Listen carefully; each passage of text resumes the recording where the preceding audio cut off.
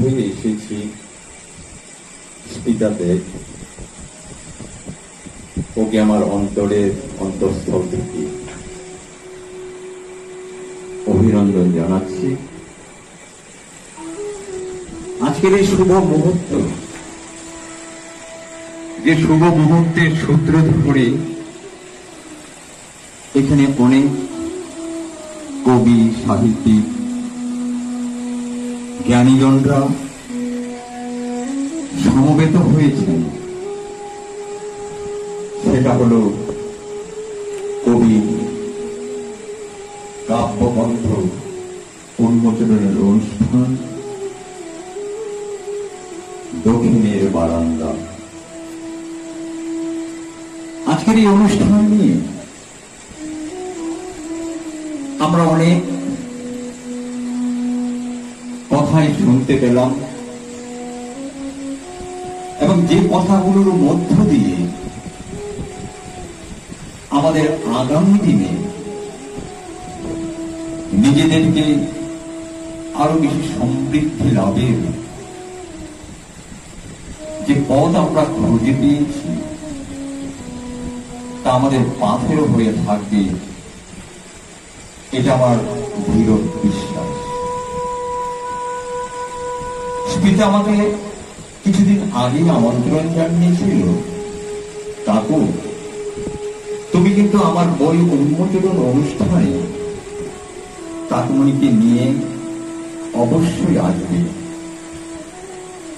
শুধু মৌখিক আমন্ত্রণেই সে কিন্তু দমিয়ে থাকেনি। একটা সময় দেখতে পেলাম আমার হোয়াটসঅ্যাপেও ওর আমন্ত্রণ পত্র এসেছে। যা, আমি আর এ নিয়ে দীর্ঘায়িত করব না।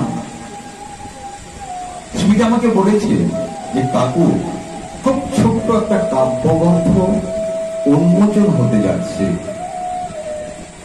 সেখানে হয়তো 14-16টা কবিতা হবে। কিন্তু স্পিতাকে আমি বলে রাখি, যদি কোনো মূল্যবান জিনিস কারো কাছে থেকে থাকে, সেটাও কি বৃহৎ না হলেও ক্ষুদ্র আকারেও তা মহা মূল্যবান হয়ে যায়। কেননা আমাদের কাছে যদি অনেকগুলো টাকা থাকে, তার বিনিময়ে যদি আমাদের হাতে একটি হীরার আংটি আমরা পরিধান করি, তার কিন্তু গুণাগুণ অনেক বেশি। হীরার আংটি ছোট হতে পারে, কিন্তু তার যে গুণ, সেই গুণ কিন্তু সত্যি পরিমাপ করা মুশকিল। আজকে হয়তো এখানে 14 বা 16টি কবিতা আকারে একটি কাব্যগ্রন্থ বেরিয়েছে। স্পিতা বলল সেটা ছোট। আমি আগাম জানিয়ে দিচ্ছি, আমার 2টি কাব্যগ্রন্থের জন্য আতুর ঘরে কাজ চলছে, এবং পরবর্তী যেটা কাব্যগ্রন্থ হবে, এবং তারও পরে আরেকটি যেটা বের হবে, সেটা একটি মাত্র কবিতা দিয়ে একটি বই বের হবে, একটি মাত্র।